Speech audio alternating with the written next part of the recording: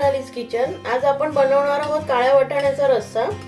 शुभांगी गोरे यांनी खास रिक्वेस्ट केली होती या रेसिपीसाठी, तर आपण आता त्याचं साहित्य बघूया। आधी आपण वाटण काढणार आहोत। त्याच्यासाठी मी 1.5 कांदा चिरून घेतलेला आहे, अर्धी वाटी मी खोबरं घेतलंय, 1 इंच मी आल्याचा तुकडा घेतलाय, मी 7-8 लसूण पाकळ्या घेतल्यात आणि कोथिंबीर घेतलेली आहे। आणि आपण या वाटणामध्ये गरम मसाल्याचा वापर करणार आहोत।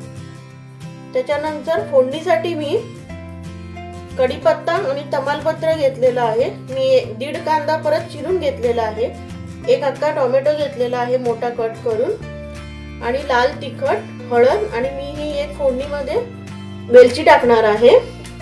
आणि हे काळे वाटाणे रात्रभर भिजत घालून मी उकळून घेतलेले आहेत। आपण आता आपली रेसिपी सुरू करूया। आधी आपलं वाटण आपण वाटून घेऊया। त्याच्यासाठी मी हा पॅन ठेवते गरम करत। आपण भाजलेलं वाटण करणार आहोत। आपलं तेल आता थोडं गरम झालंय, आपण आधी त्याच्यामध्ये कांदा गरम करून घेऊया, चांगला फ्राय करून घेऊया। हा मी उभा चिरून घेतलाय कारण की आपल्याला त्या ब्लेंडर मध्ये तो वाटून घ्यायचा आहे। आपला कांदा आता छान लाल झालेला आहे। आपण आता त्याच्यात खोबरा येते फ्राय करून घेऊया।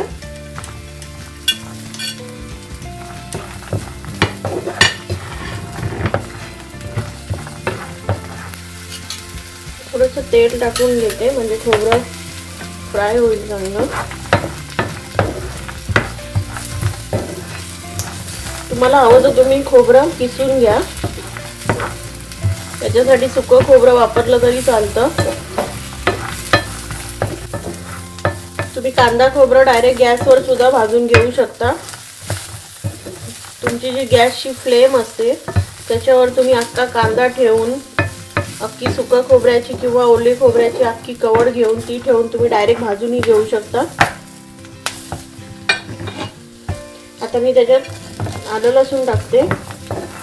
आपण आलं लसूण जास्त फ्राय नाही करायचंय।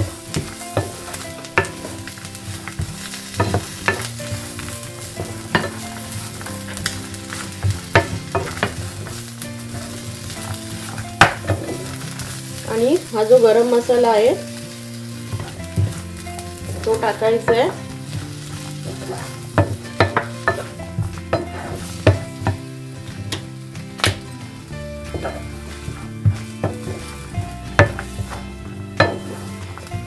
थोडं भाजल्यानंतर कोथिंबीर टाकून घ्या आणि ब्लेंडर मध्ये आपण बारीक करून घेऊया।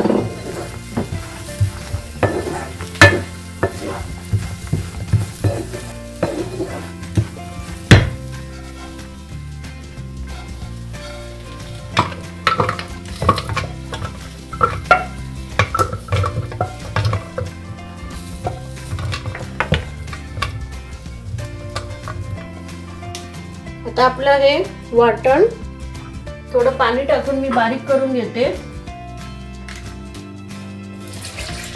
इथे छान बारीक होईल।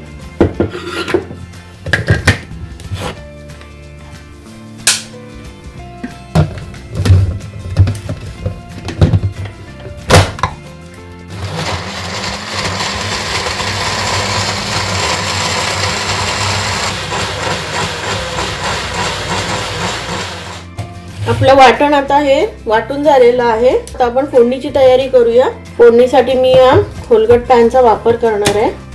आपण आता थोडं तेल जास्तच टाकून घेणार आहोत, तरी मी अंदाजे 3 चमचे, छोटे चमचे 3 तेल टाकते।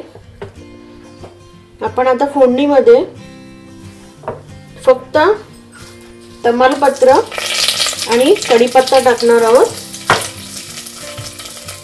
याच्यात राई जिऱ्याचा वापर नाही करणार आहे। 1 अख्खा 1.5 कांदा चिरून घेतलेला होता तो टाकूया।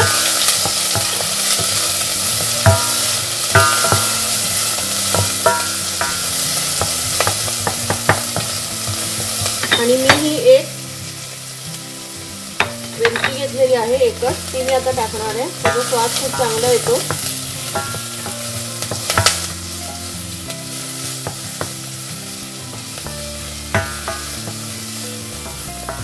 चिरलेला टोमॅटो टाकूया.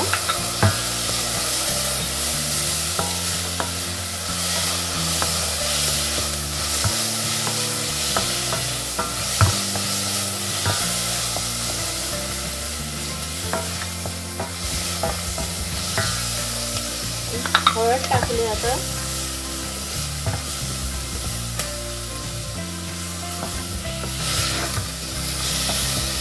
छान बारीक करून घ्या.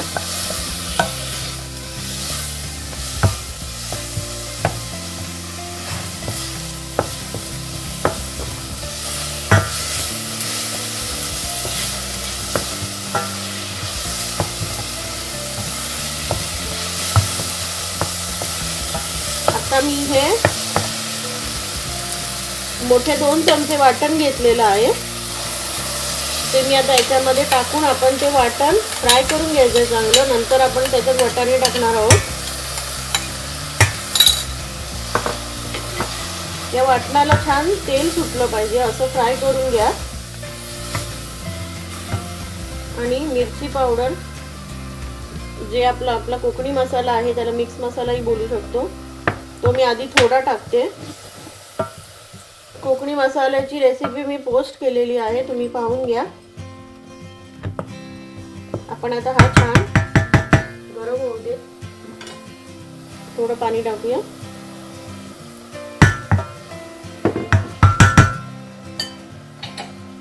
आणि 1 मिनिट झाकून ठेवायचं म्हणजे त्याला छान पाणी सुटतं. आपलं वाटण फ्राय झालं चांगलं. चिकन मसाल्यासारखा वास येतोय याचा सुगंध. आता मी ह्याच्यात उरलेला मसाला टाकते.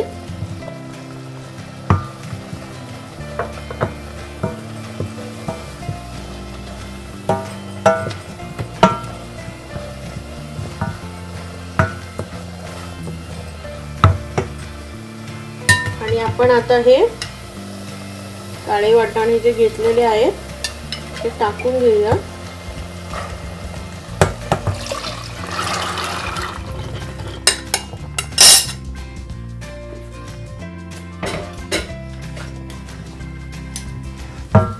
आता हळद आणि मसाला आपण टाकलेला आहे. गरम मसाला आपला वाटणातच आहे. आपण आता ह्याला चांगल्या उकळ्या काढून घेऊया. 2-3 चांगल्या छान उकळी येऊ देत. मग आपण त्याच्यात कोथिंबीर टाकून मीठ टाकायचंय. आपल्या आमटीला छान उकळी आलेली आहे. काळे वाटाणे छान शिजले असतील. मी शिजवून घेतले होते तेही छान शिजले जातात. आपण आता त्याच्यामध्ये मीठ टाकूया.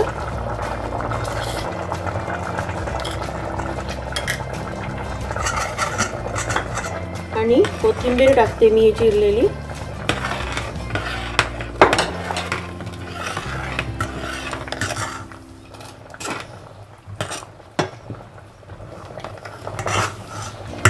तुम्हाला जर यातले थोडेसे वाटाणे मिक्सरला वाटून बारीक करून टाकायचे असतील तरीही चालेल, पण चवीमध्ये थोडा फरक पडतो त्याच्यामुळे आपण ते बारीक नाही करणार आहोत. आपण वाटणाचा उपयोग केलेला आहे त्याच्यासाठी.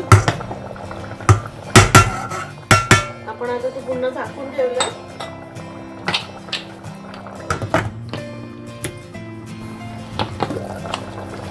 आपला रस्सा आता तयार आहे. आपण आता तो सर्विंग बोल मध्ये काढून घेऊया.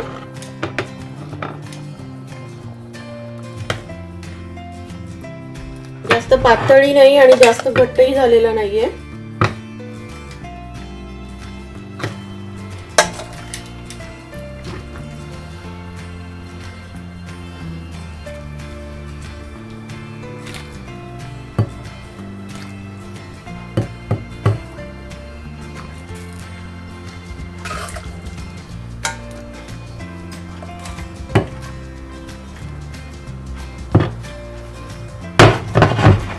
आता हा काळ्या वाटाण्याचा रस्सा तयार झालेला आहे. तुम्ही हा घरी नक्की ट्राय करा आणि तुमच्या काही कमेंट्स असतील त्या तुम्ही मला कमेंट्स बॉक्स मध्ये लिहून पाठवा. Thank you so much.